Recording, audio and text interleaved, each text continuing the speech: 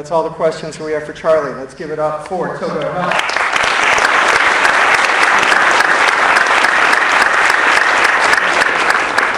All right, John Paul, while John Paul gets set up, while Doug resets his timer, this isn't really the 23rd meetup.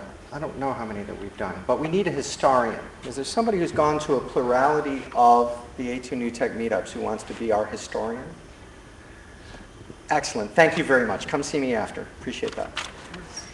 All right. Are you all hooked up? So, see if I can figure out what I'm going to dim the lights.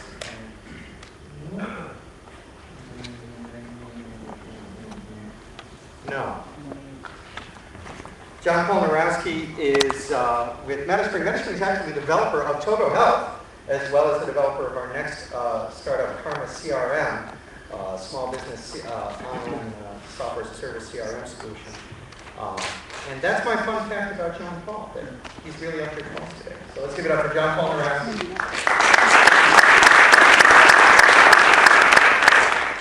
Well, unfortunately, David already gave a whole presentation, so I'm pretty much done. Thank you. Any questions? Quickest one yet. So a little bit about myself. As Dave said, this is KarmaCRM. It's a software as a service model.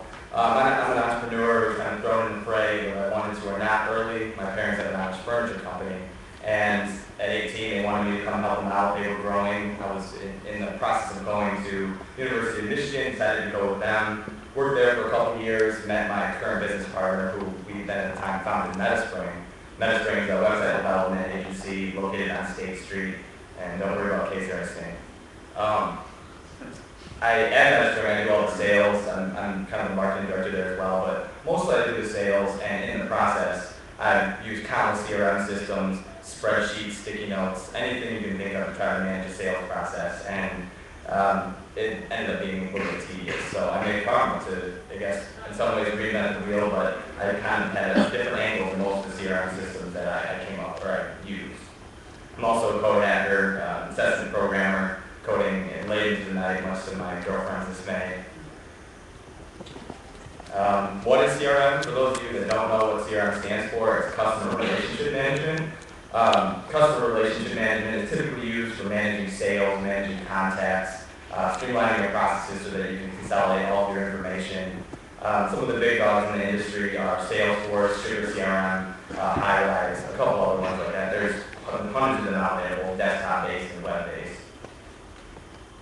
Why should you care? Why does CRM matter for you? CRM helps you to get a handle on what you're doing by keeping more on the computer and less in your head. If you're a very small agency, you have a few clients, sure, you can keep it all in your head, a few emails, and it's relatively easy to do. If you grow, if you add more salespeople, there's a very big disconnect between you can't email sticky note to someone. So CRM helps you consolidate that. Helps you give a competitive edge for customer service. If you have multiple people in the company that are dealing with a particular contact, then if that person calls up, you need to be able to know exactly what happened last, and CRM can keep a note or an email or whatever, the most recent correspondence, and know how to act accordingly. I don't know how many people in this room deal with contacts or sales, but for me, my sales process before I implemented CRM looked something like this. And there's sticky notes, everything everywhere. You miss a meeting, you end up getting a proposal out late, and this is a picture of me actually before I implemented CRM. It was no good. You try to think about closing a sale or something like that, it's not great. And so after implementing CRM, after designing Karma, I was actually wearing the same shirt and tie, but looked more like that.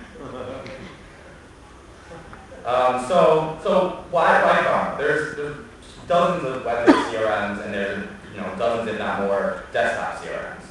I created Karma to be very simple to use and very easy to get started. I know as a salesperson and other salespeople in the industry, we're very favorable. Something complicated, if it takes too much time to do, we're going to revert back to our sticky notes and Outlook to manage tasks. So it needed to be a very low barrier to entry.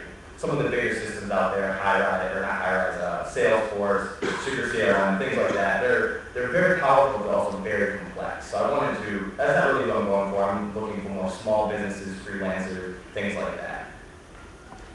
This is a little bit about Karma. This is the first page you see when you log in. It has a drag and drop widgetized dashboard. So kind of like Iacco, if anybody's used that, you can drag things around, you can change which widgets appear depending on what's important to you, what proposals are outstanding, to-dos, tasks, things like that. This is the picture of a contact record, a profile view, and here you can edit the status of the lead, add tags, add files, to-dos, basically manage the entirety of the contact's correspondence. And you can see who added these, if it was you or someone else, what the most recent note was, do you need to follow up with them, and so on. 40 seconds. Karma is also very customizable. You can create fields and edit and change whatever you need to, because we understand that not every sales process is like MetaSpring, so you need to be able to make Karma represent your sales process. We also integrate with Google, MailChimp, and FreshBooks. You can actually import your Google Calendar and manage your events on there. It's going to synchronize with your Google Calendar on the external side, and if anyone else is sharing a calendar, they can see what you're doing without having to log into Karma. You can also export contacts with MailChimp. MailChimp is a bulk mailing web-based service. You can also import contacts in a variety of ways, pretty standard. Thank you, John Paul Narowski. And one last thing, you're free to sign up. Chances are, if you have under 2 people in your organization, it's going to be free for you forever. You can go to the website, KarmaCRM.com, and use the invitation code InstantKarma, or email me, message me on Twitter. I'd love to hear your feedback. All right, that was my first question. Is what does it cost? $40 million. Excellent. Good answer. No, it's going to be relatively inexpensive, anywhere from $10 a month for an entire account up to $150 if you have like 20 users or so. And how do you go to market? How do you get into market? Marketing, SEO, Twitter, social media. I think it's something that I guess I call it a democratic software development process where I'm coordinating with a lot of my users and doing Skype conversations, and they provided more feedback than I could ever come up with on my own. And it's been a really interesting process. But All right, questions for John Paul? Good questions. Learning questions.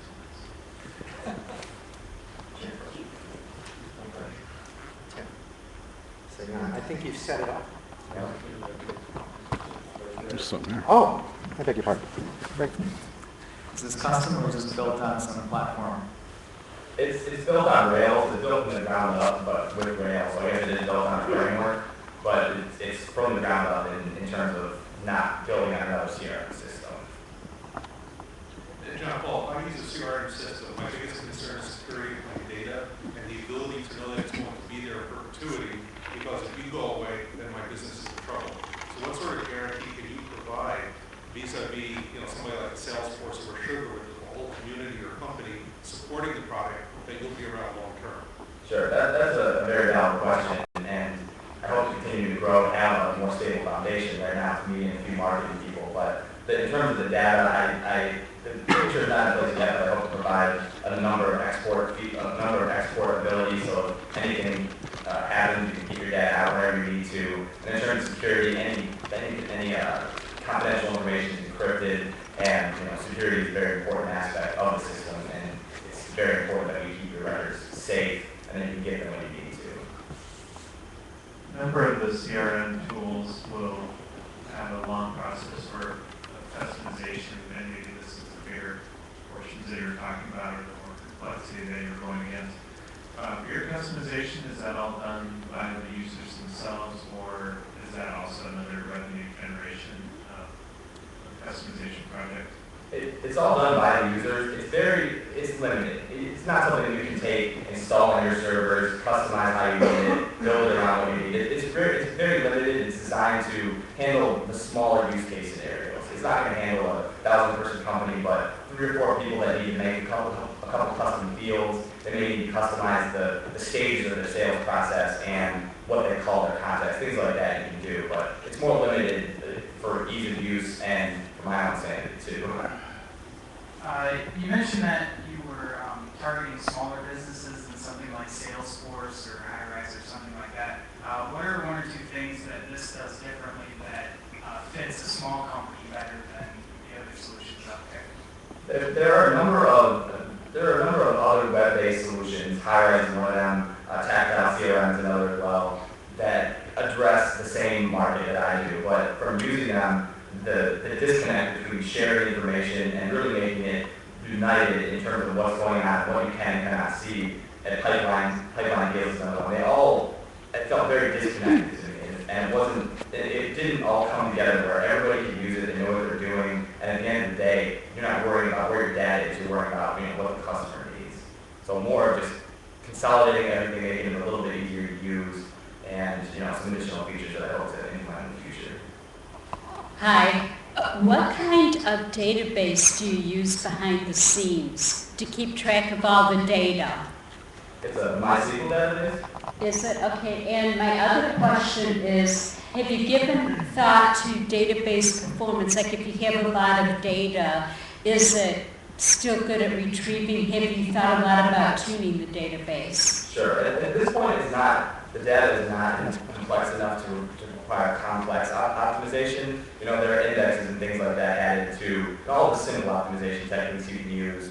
Now, the next round, as it grows, there will need to be things that need to be overhauled in terms of keeping scaling in line. But my first and foremost goal is to get it online and to use it myself, and then get feedback from other people, and then revise and refactor and optimize as needed. Last question. Yeah, have you seen Batchbook or any of these social CRMs that are part of these, I guess they're the sort of new generation, a lot of the online software as a service kind of enterprise apps like FreshBooks and Zendesk, all these things. They seem to have a similar take, but slightly more on the sort of social integration with all the social media. How do you compare against companies like that seem to do a bit more than just the CRM piece, but also do some of the social media management? Sure, and I think social CRM is huge. It's another thing, direction the industry is headed. I think that I haven't used Batchbook, I've used a number of the other ones, and to me they were a little bit overwhelming. There was a lot of information, and social there's a lot going on in social, but when I choose to tackle social, I want it to be very, very clean and simple, and I very much think it's a critical part of CRM. If I don't have social integration, it's not going to be able to compete with those, so it just needs to be done right. And with that, let us thank Paul Narowski.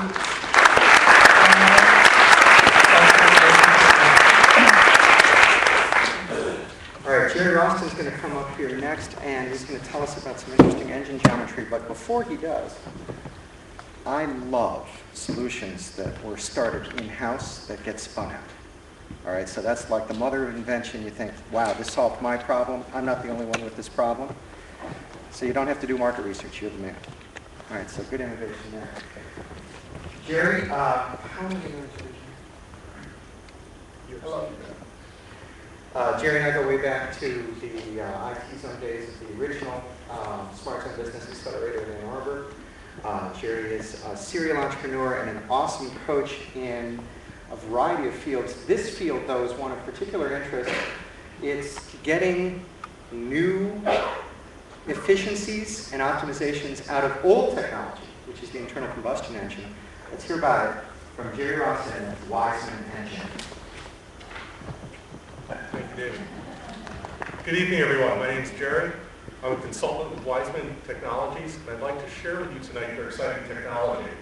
And unlike the last two you've heard, and probably the next two you'll hear, we're talking about real hardware. So the reciprocating internal combustion engine is the machine upon which the Industrial Revolution was built. These engines are ubiquitous. We have them in our cars, our outdoor power equipment, and even in model airplanes. They range in size from ounces to tons, and they all do the same thing. They convert chemical energy into mechanical energy.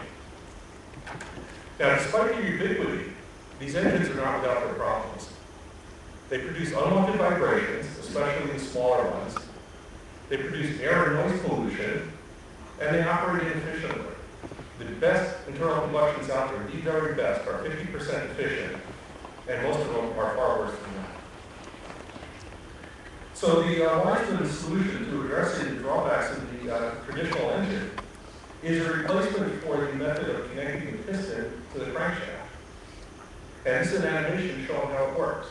Now, for those of you who aren't quite catching on and who are old enough, think spirograph. Those of you who understand this, you might recognize this as being a hypocycloid mechanism. I'll stick with fire. Okay, we'll stick with fire there. It's been around for a very long time, but what the Wiseman Group has done differently is we have figured out a way to actually deploy this in engines in a method that is economical and can be produced. And yes, despite the age of the underlying concept, this is protected by one issue and one pending patent. So the first Wiseman engines were built several years ago. The initial testing that's been done shows qualitatively that the engines perform the manner that we expect them to. Currently, we're working on a program of quantitative testing and third-party validation to support our claims. Once we have these data, we're going to revisit several manufacturers who have expressed interest in the technology. So why have they expressed this interest? Well, to boil it down to this chart. The Wiseman engine improves fuel economy, reduces vibrations, and reduces noise as compared to conventional engines. And there's a bajillion alternative engines out there in the market, and none of them can match our claims either. Now, the worldwide market for internal combustion engines is huge. There's about 100 million of them produced every year. And because of that, breaking into this market is actually quite challenging, and it requires a focused strategy. And what we're doing is we are targeting the benefits of our engine at those systems which need those benefits the most. So our first target market are chainsaws. From there, outdoor power equipment and portable generators. After that, sky's the limit, and we move into other fields. Our business model is very simple: license. And we've chosen this approach because of the huge cost that would be necessary to establish a manufacturing facility of our own. We've identified 50 or so potential customers for the technology in our initial markets and are targeting our sales and marketing efforts towards the key decision leaders in those businesses. The company's management team has extensive experience growing businesses, bringing new products to market, and leading engineering teams. Based on discussions with industry experts, we have developed a licensing model that we believe will be accepted by our potential customers. Since the business is selling licenses, the margins are quite high. Now, the leveling off of revenue that you see in 2014 is due to the saturation of the initial target markets. The subsequent markets are much larger in scope, but we've not been able to quantify those. Currently, we are seeking $800,000 to bring the technology to market. These funds will be used to build prototype engines that can be dropped into the customer's applications so they can test it as they, in the actual usage. The funds will also be used to acquire some equipment and run the business. And with the funding, we expect to hire 2 full-time engineers who have experience in the field. We expect to exit via acquisition to an engine manufacturer within 5 years. And with that, I'd like to answer your questions. It comes in 20 seconds early. Good job. In the back here?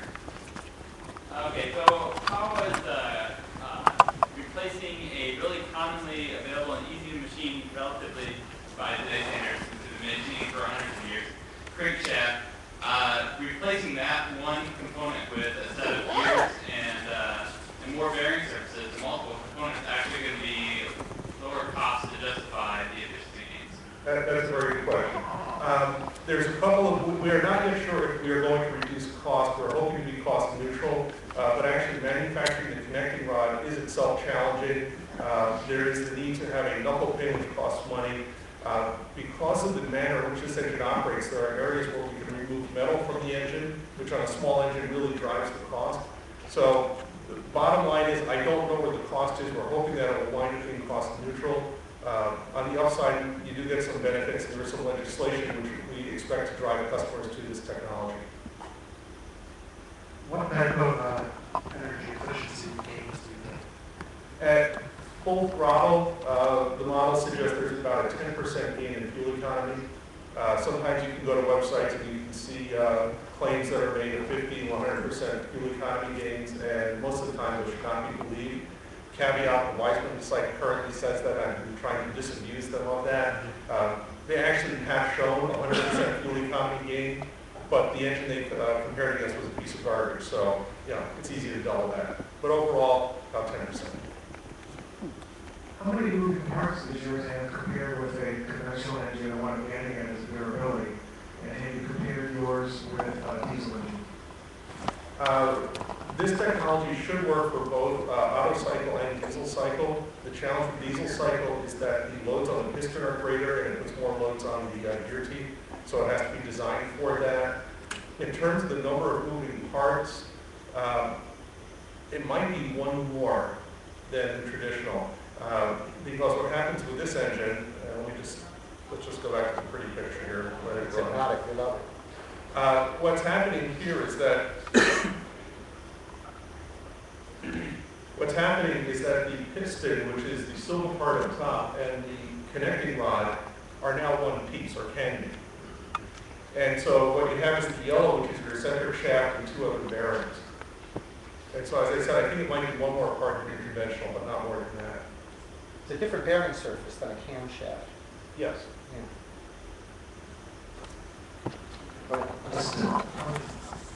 Still trying to build my intuition about intuitively why is that better? Why does the gear reduce vibration or increase efficiency?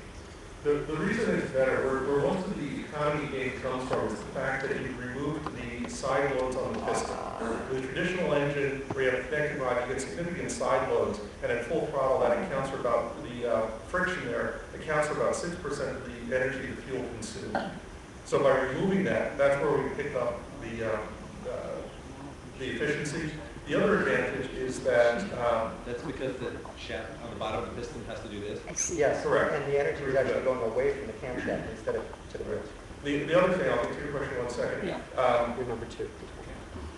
And I just lost my train of thought. Oh, the other thing is that, unlike a traditional engine, as a single cylinder engine, this can be perfectly balanced.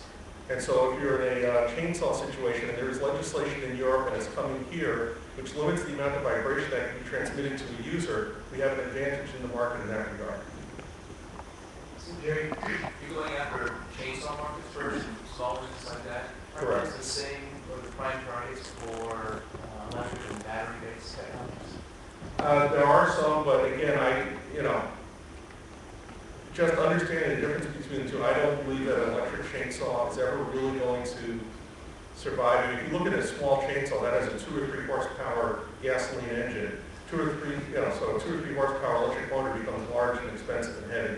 So those electric tools, I think, work well for home use and very light duty use, but I don't think they're ever going to really replace the gasoline engines in the field. Also power density batteries versus fuel. Yeah.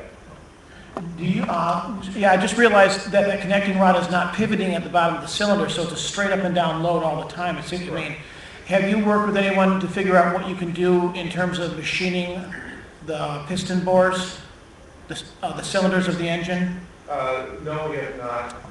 I will say this in the last 10 seconds I have. The fact that it moves up and down is really where you get some very neat advantages. We can do a 2-stroke, which does not require oil and gas mixing.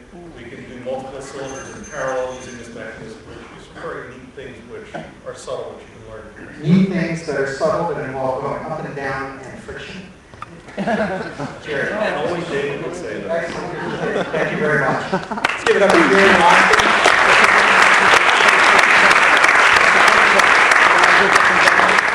All right, while we set up for our next presentation, I'll introduce my colleague and personal friend. He's going to talk about Fast Track. Great.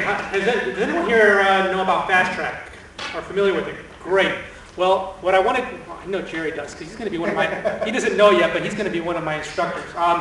But I'm with the SBTDC, I'm one of the technology consultants, and for those of you who don't know what Fast Track is, what it is an entrepreneurship program that takes you from idea through a business plan in about 5 weeks. And what we're doing is it's a Kaufman program, and we're going to be beginning a series of courses in the middle of April for 5 weeks. Now, there are scholarships available for this, but there's a limited number given by the Kaufman Foundation. So anyone who's interested in this, let me know. It's a $700 value for the scholarship. And again, it's beginning middle of April, going for 5 weeks after that. Okay, every other week. And what you get at the tail end of it really is a business plan, an executive summary, and your financial model. All right? Thank you. And that's very exciting to learn that Jerry's going to be one of Kaya's instructors. All right, let me slowly introduce Andrew Iacco. By the time it's done. Okay, make it a rule that no more Macintoshes. I mean, they all seem to have problems. Yeah, No, come on. non-standard stuff. Are you up? It is freaking out. You're giving it too many hertz. Lower the hertz. Andrew's with ScoutForce, and Andrew is representing Phil Babs, who couldn't be here today. Phil, if you're watching on the video, I'm looking at you, man. Yeah. Phil, if you're watching, you owe me. Oh, Andrew, big I time. just He's kept it on totally the saving radio your bacon on version. this I one. don't think the mic's on. Yeah, it's, Mic it off. 1024 by 768. All your mics are off. They are? hello? Push this button. Push that button. Hello? Everybody heard that it was Andrew Iacco from ScoutForce. ScoutForce is a management tool for college sports, a recruiting management tool. And I think there's a customer here. Let's give it up for Andrew Iacco.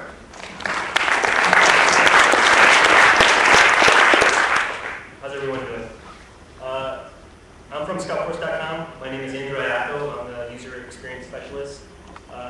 Todd Enos was supposed to be here to help me out today. He's in sales and marketing. He traditionally does these kind of presentations, but here I am, the user experience guy, giving a presentation. Phil was supposed to be here too, but he had some personal medical issues that he had to deal with, so I stepped in. What we are, we're a software as a service for college coaches and compliance officers. Coaches can go on the system and keep track of all the recruits. They can log phone calls, they can send emails, they can log communications with the recruit, and really just share information. This is really a CRM system that's tailored for college sports. We also have a compliance piece that we're working on that allows, it's basically like a site-wide admin view where the compliance people can see everything that's going on with all the recruiting. And as you know, this is a really big deal right now with the University of Michigan. We have a regulated monthly subscription fee, anywhere from $35 a month to $150 a month. That way the small programs from Division 3 and NAIA can get on there, and Division 1s can also sign up and start using the service. We also do a lot of custom software development for some of the big guys, so some of the big football programs want custom stuff, and we do that also. Here are some of our customers. This is a slide I stole from Todd, so it's a little outdated. We have some new customers up there. We're growing really rapidly. We've only started selling this basically since June of this year, and we already have about 30 customers. Here's the application. I want to try to get through this so I can show a demo real quick. So why ScoutForce? There's about 46,000 NCAA programs, and they all need to keep track of all their phone calls and emails and text messages that they send to recruits. So about 80% of the people out there that we've talked to are using pencil and paper.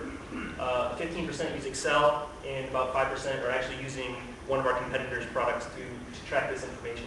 What really got us excited about this market was looking at the competitors that were out there. A lot of them are traditional software companies that had deployed servers at customer sites. It was really expensive. Really only the D1 programs could afford this kind of technology. And what we did is we decided to put it on the web and make it accessible to the larger part of the market, all the small guys. So how we're doing it, we started with user interviews, we started prototyping, we started getting feedback before we ever started developing. And we got a big group of beta customers to give us feedback. And I say that we do collaborative software development, meaning that we have a bunch of customers using our software, and they continually give us feedback and requests for enhancements and features. And the people that scream the loudest, or if we hear 10 people say they want one thing, then we'll work on that and release that next. So we kind of feel like it's a teamwork or a team environment where we're collaborating with our customers. Before we do that, I want to just show the application. I'm logged into a demo account here. This is the dashboard. It's not as pretty as John Paul. I'm a little jealous that John Paul went first. But you basically can track any information about a recruit. So recruits have profiles. This is Phil's profile. We have tagging. We have personal information that we keep track of, athletic information, academic information. And then we have all these interactions where the coaches can log, comments and ratings and emails and all sorts of stuff. And let me see what I can show you. Here's a recruits board where people at the organization can kind of jockey people around and get an idea of who their top guys are. So we also keep track of schools. We have loaded thousands and thousands of high schools all across the country. So recruiters really like this because they can divide up their high schools amongst all the recruiters and have regions and keep track of all that information. They traditionally would pay for that. We got all that free and loaded it in here. Then you have ratings and reports really is what coaches use to generate phone call reports that they turn into the compliance office. And that's kind of the focus right now for us is the compliance side of things. Instead of selling one program at a time, we think there's a really big opportunity to sell 25 or 30 programs at a time by selling it to an entire university. So I think that's about it. So that can take questions. Andrew Iacco, ScoutForce. Excellent. Barry, and then? As you pointed out, you've got a nice guy over here selling a CRM package. Why do you not take, for example, and such develop your software with a customized module that's on top of this?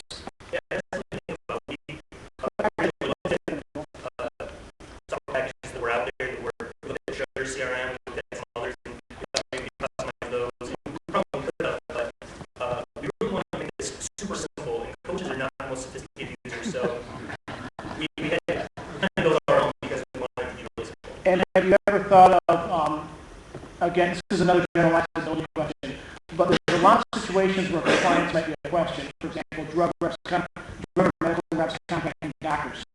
Are you thinking of, are you planning on making a generalizable product that you could easily transfer to other applications? Well, right now we got our hands full just selling the, college athletics part of it, but we certainly could take this and customize it for other industries.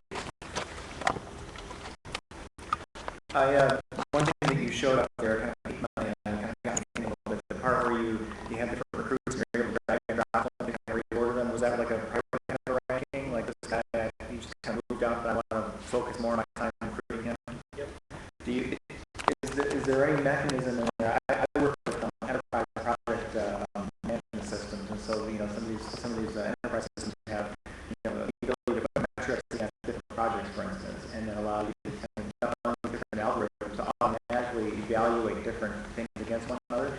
Does that have anything like that built in, or is it more kind of a manual? Oh, this guy looks better, so I'm going to move him up on the list. We have a rating which is like 0 to 5 stars, and we wanted to automatically populate the recruit board based on that, but coaches really didn't want that. They wanted to be able to manually move people around. So that's kind of where we're at. So when you mentioned customer-driven development, it's kind of a similar concept to what I was touching on. What is your process for going about that? Is this a local thing? Is it something you're doing via telecommuting? Or what's your process for gathering feedback from your customers?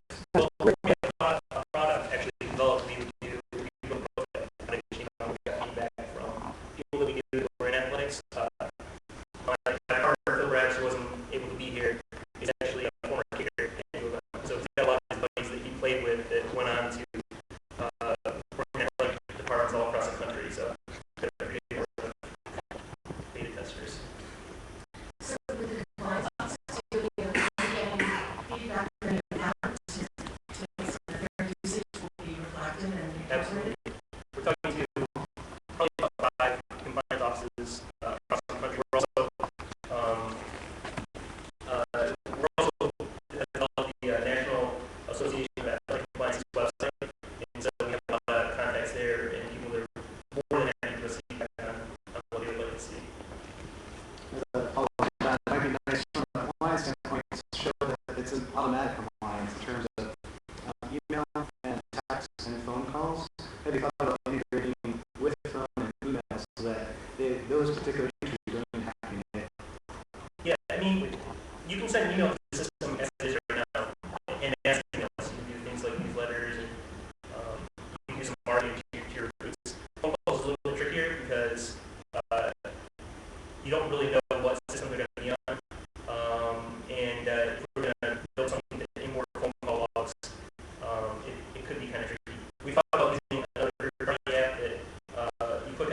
recruit's phone number and it calls you on your phone and it connects you to the recruit.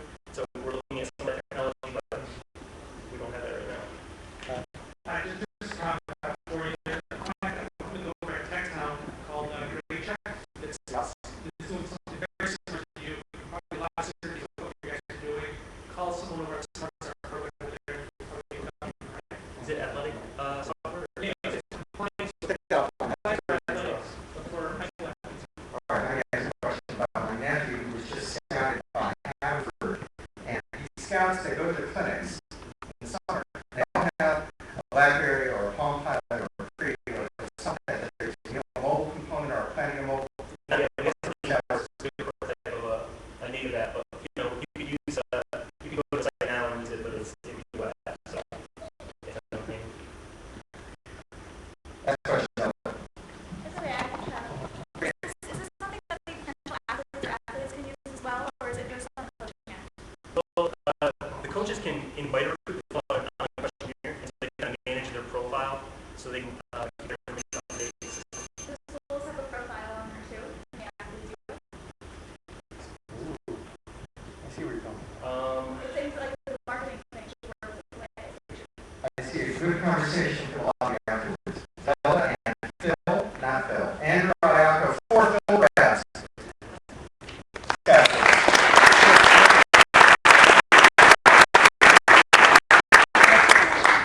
Somebody's got to ask us, never it's Wejrowski from HelloRent. I'm eager to see what's behind your poster. Anybody visit Brett's home screen before? Yeah. Couldn't get anywhere, right? All right. He just promised us a little behind him on. So we are in a pilot, but hopefully we'll get that up in about June of this year.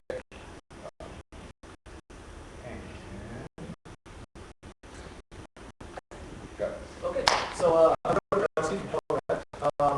It's kind of a similar story to the other companies. I've been doing web development with you guys, just contractor for about 5 years. And every once in a while we see something that we think should be out there, it's not. And that happened about 20 years ago when we were searching for a part.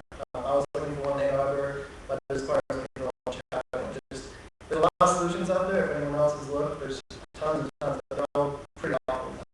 So we kind of started from the ground up and said, how can we make this process as easy as possible? So I guess I'm not very good at explaining the best way to do it, just show see if we are trying to help people testing out for us.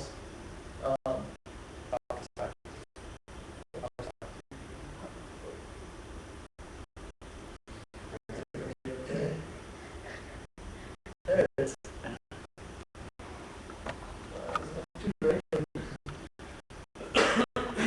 Okay, so this is HelloRent. Essentially, we go to the site and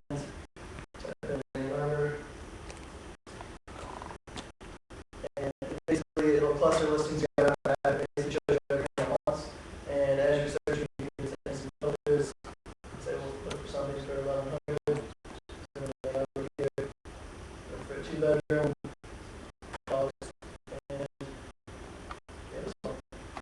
And so essentially, instead of having like a search engine type of implementation where you put in all your data, you get some results, like a big list, and kind of work through those, basically we put the search in the user's hand. So, you know, while you're actually searching for something, you're bringing out the market, you're bringing what's available, you know, it's not sure exactly what you're looking for. If you use sometimes it's not there. So the great part about this, you can kind of learn the closest thing to your while you're looking. So right now, we're just using data from Craigslist just to get some usability testing going on. So we're actually, obviously it's not that many of these.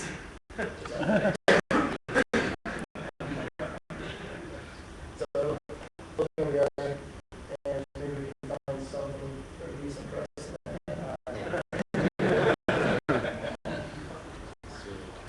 So like I said, there are some similar applications that use kind of a map-based search, but nothing where you kind of filter instantly and get that kind of feedback right away.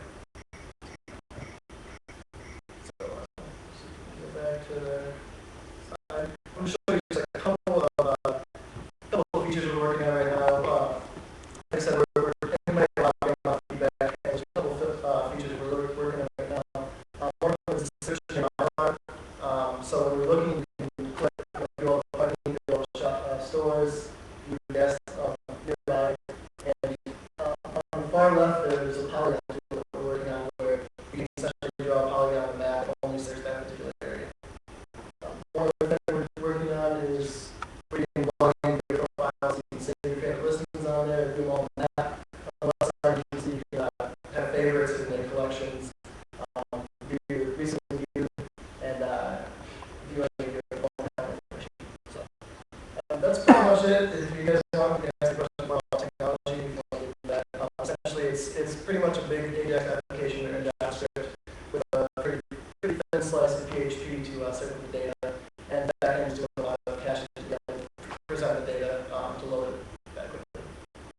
So that's pretty much the demo of HelloRent. All right, we're going to do 6 minutes of questions. I didn't see ratings or comments or feedback in the site. Right now, we're not doing any of that. We're kind of keeping it pretty flat. Although we are considering more of a platform where people can not only rate the listings themselves, but the neighborhood, and say, make comments about, hey, this neighborhood looks sketchy down in this part of town, or that kind of feedback. So we're just trying to see if our users want that, but we want to keep it pretty flat. Your business model for this? Are you generating revenue? How are you going to draw traffic to your website? So, good question. So we started our business just because we wanted to ourselves, right? What we're looking at now is a couple different models, one of which is kind of a retail referral model where if you move this particular time, we can offer you 20% off your first 10 years at Starbucks, and then we get a percentage of the transaction. We're also looking at, because we're trying to pull in data from other sources, just the referral fees of one of those other sources that actually charge people to put the data on. Long term, we're also considering developing a tool where if you're listening to partners, you can look at the same map and kind of get a heat map of how people are searching for things. So if someone was looking for a 2-bedroom in this part of town, you can see that people are expecting to pay X amount of dollars and price your apartment accordingly. So using ScoutForce things, or did you handle all the customer stuff?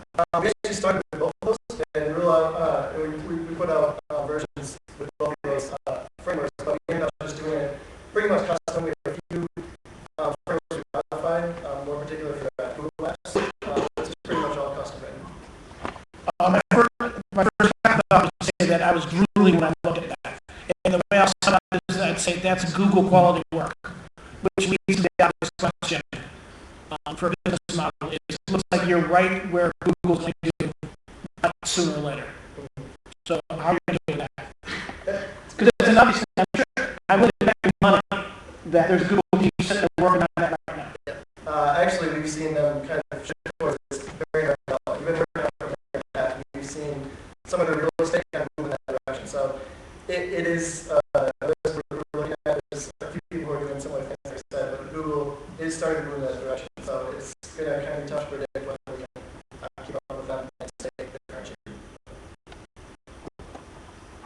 You said you're currently Craigslist. Are you using just like screen scraping for that, or how Yeah. do you Yeah, we just have an algorithm doing screen scraping and checking for duplicates and making sure the data is good.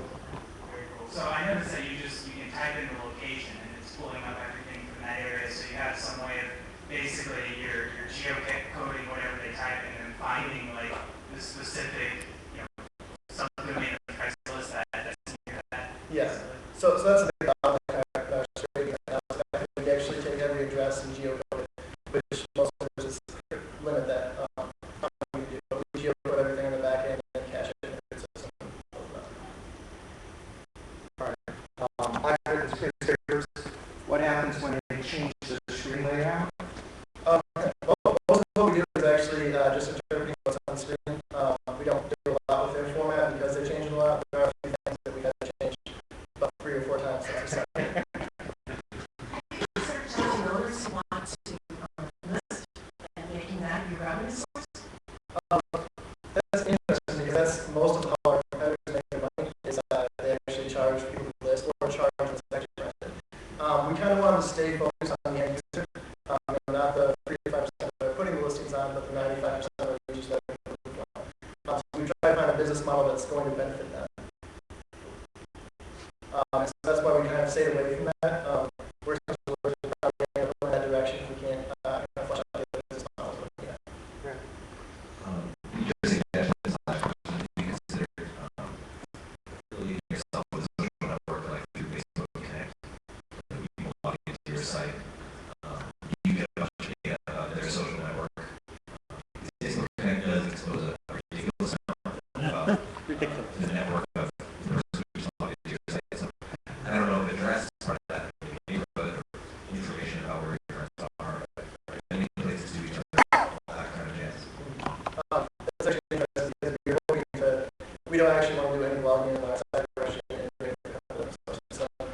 looking at the possibility of that data, but haven't really put that context. So I would check the policy on Facebook for geocoding.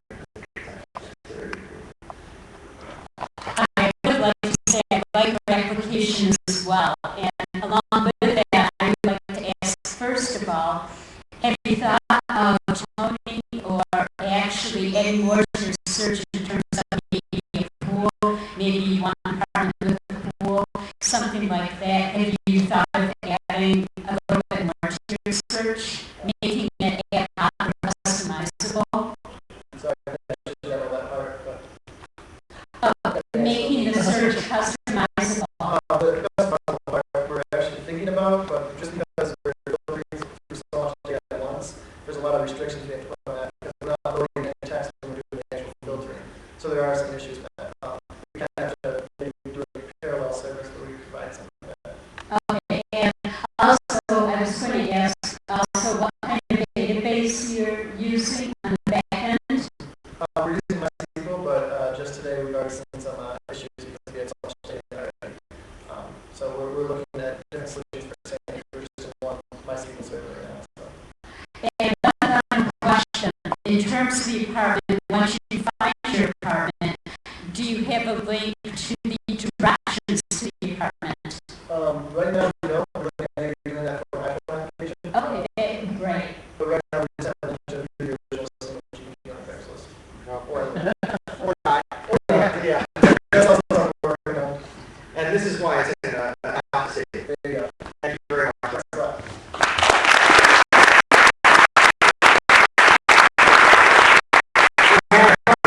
Tonight of web developers putting their favorite apps up. Next month we're going to have gene splicers. That was a joke.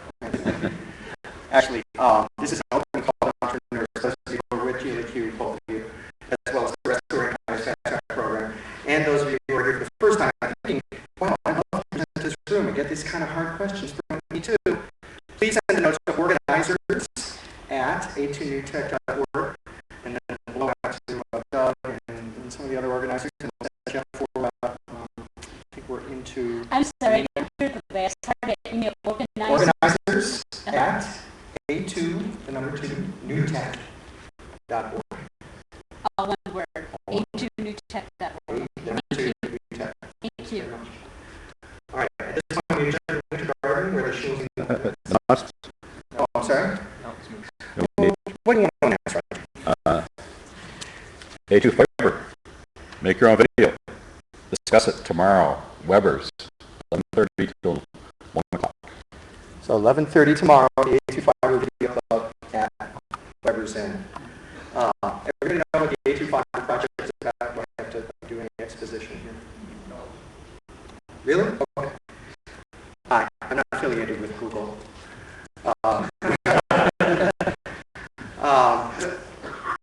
Google is looking for test beds. Like the world is not a big enough test bed already, but they're looking for communities that they want to lay fiber and study what would you like to be a fiber ISP that's delivering lots more bandwidth to the curve than anybody else currently is. And so communities across this great nation are competing mostly with themselves, but maybe sometimes with each other, for the attention of Google to say, we're your test bed. We're where you want to try this out. We're demographically pure. We already have this kind of an economics. This is the innovation environment. Whatever they think Google is looking for. What I think Google is looking for is a good test. And if Arbor presents a good test, then as Roger has pointed out, you can do a video about that and submit it as with a lot of your neighbors' videos in an appeal to have that test project go here. Now, it's not a video. After Google tears up the streets and buries the fiber, they're still going to charge for it. But there are huge advantages to any community that wins this particular lottery. So if this is my video, if Roger, you're going to post this one, I would just say the very presence of this room and the program that we've had this evening is the best case that Ann Arbor can make for putting Google Fiber here. Here. Here, here.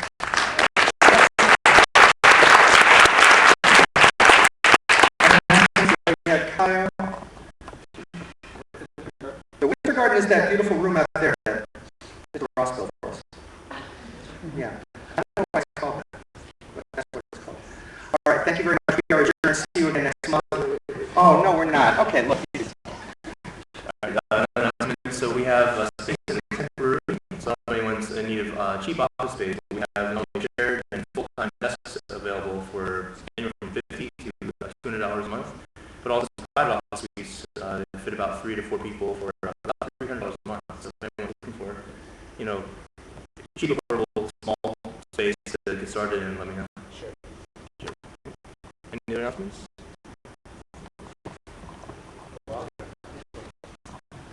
As always.